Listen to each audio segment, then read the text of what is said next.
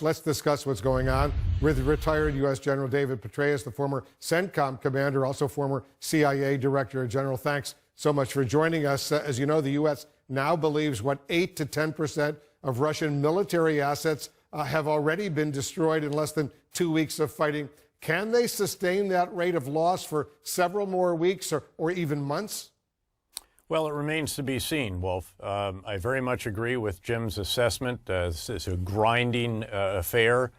Also, the assessment by retired General Anderson that, again, it's a race between our efforts to supply the Ukrainians and the Russian efforts to actually resupply their forces. Their logistics have been woefully inadequate so far, and to get set so they can finally launch what they believe will be the main effort attack on Kyiv. Of course, they want to replace the Zelensky government with one that is pro-Russian. That's the overriding objective. But it's also a race, I think, Wolf, to see how long the Russian soldiers can maintain the intensity. They're about to enter the most difficult of all combat, and that is urban combat. And we used to discuss, how long can you keep soldiers doing this? How many more buildings, how many more rooms can a soldier enter? Each time they enter, the adrenaline's pumping. It's a very grinding, draining experience. And I don't know that Russia has the replacements. You'll recall in Iraq and Afghanistan, we replaced some of our forces every 6 months. Our soldiers, our army forces were replaced every 12 months, 15 months during the surge, a long time in combat. But we always had that rotation going.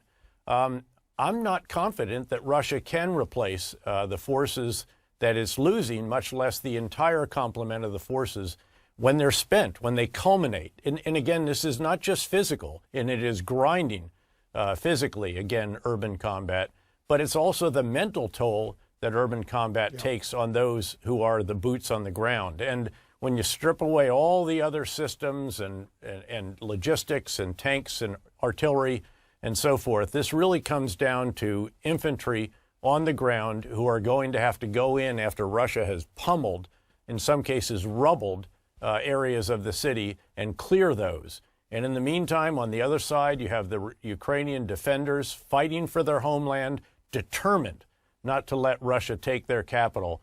And this is going to be a tremendous showdown.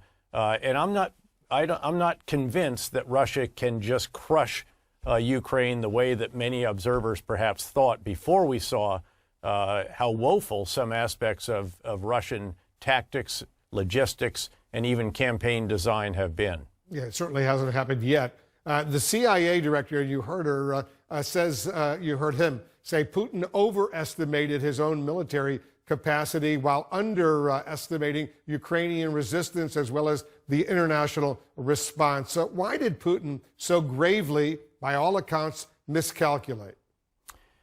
Well, I'm sure that, first of all, a lot of his advisors are very cowed, very intimidated by him. You even saw that, actually, with his showdown with his intelligence chief in one of those bizarre, surreal conferences that he had, long speech and so forth. Beyond that, of course, they did prevail in a way in Syria. Of course, the way they prevailed ultimately was they destroyed Aleppo. Again, it was Syrian forces on the ground, though. It was not the Russian forces. They were doing the bombing campaign and some special operations. The same in Grozny. If we remember, that was a long, protracted campaign. There's some real differences here. And number one is just the sheer quality, capability, innovativeness, resourcefulness of not just, again, the Ukrainian soldiers, it's also the partisan units and even the other resistance. This is the equivalent of, the French in World War II, who are just finding every diabolically creative way to make life difficult for the Russians, whether it's jamming their frequencies, changing road signs, or actually picking off the fuel trucks in that 40-mile convoy to exacerbate the logistical challenges that Russia is already experiencing. So again, this is going to be a tremendous showdown in Kyiv.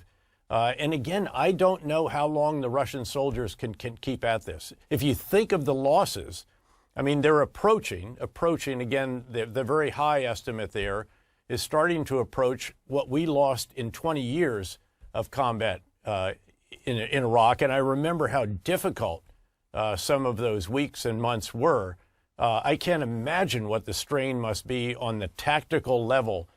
Commanders, those above them, and of course they've even lost some multi-star generals, another one of them just in recent 24 hours or so. Yeah, it's not going well for them. We'll see how desperate Putin becomes. General David Petraeus, as usual, thank you so much for your analysis.